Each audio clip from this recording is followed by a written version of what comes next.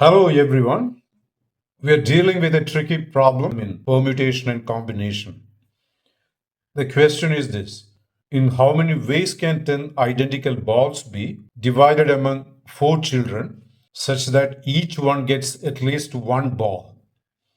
There are 4 options given to you. Solution: let x1, x2, x3, x4 be the number of balls each child gets when 10 balls are divided. Since the problem says each child has got at least one ball, this x1, x2, x3, x4, they are all positive integers. Rather, they are natural numbers. And also, the sum of the balls received by each of the 4 children will be x1 plus x2 plus x3 plus x4 equals 10. If you look at this, basically you are solving a simple equation with 4 variables in which the solutions are restricted to be positive integers.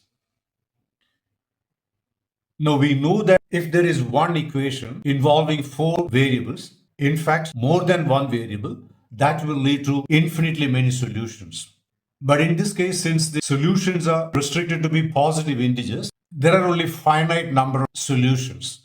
And the number of solutions of this equation will be equal to the number of ways in which 10 identical balls are divided among 4 children.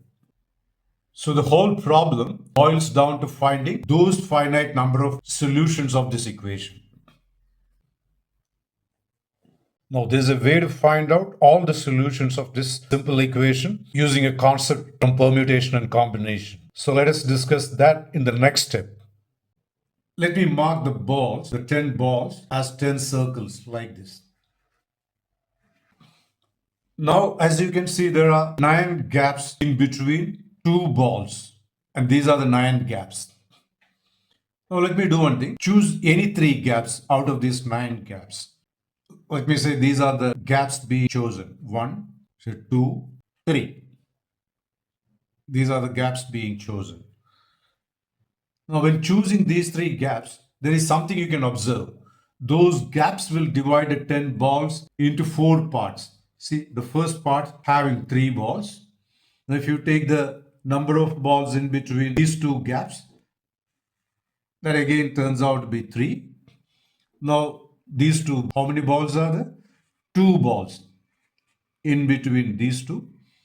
And after that, you can see 2 more balls.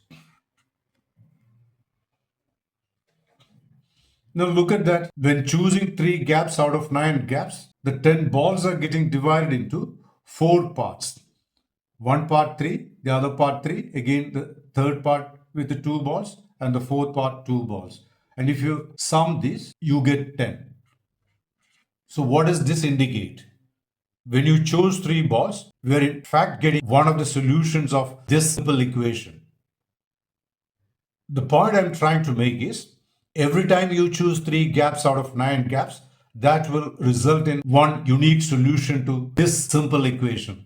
Okay, let me choose some other gaps. Just to be clear, I'm going to draw the balls again, the 10 balls. Now let me mark the 9 gaps as done before. Let me choose some other gaps. See, 1 gap, 2 gap.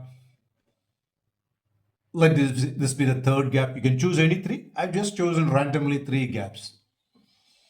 Now again, like we saw before, these 3 gaps will divide the balls into 4 parts.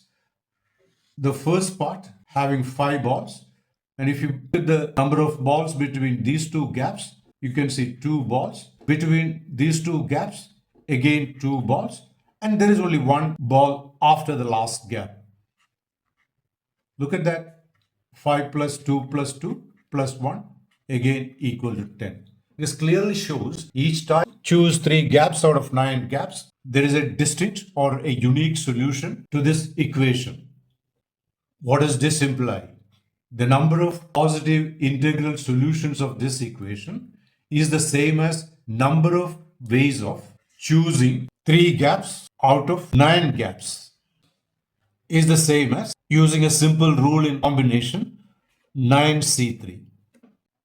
This on simplification, 9 multiplied by 8 multiplied by 7 divided by 1 multiplied by 2 multiplied by 3. On simplifying, you get 84.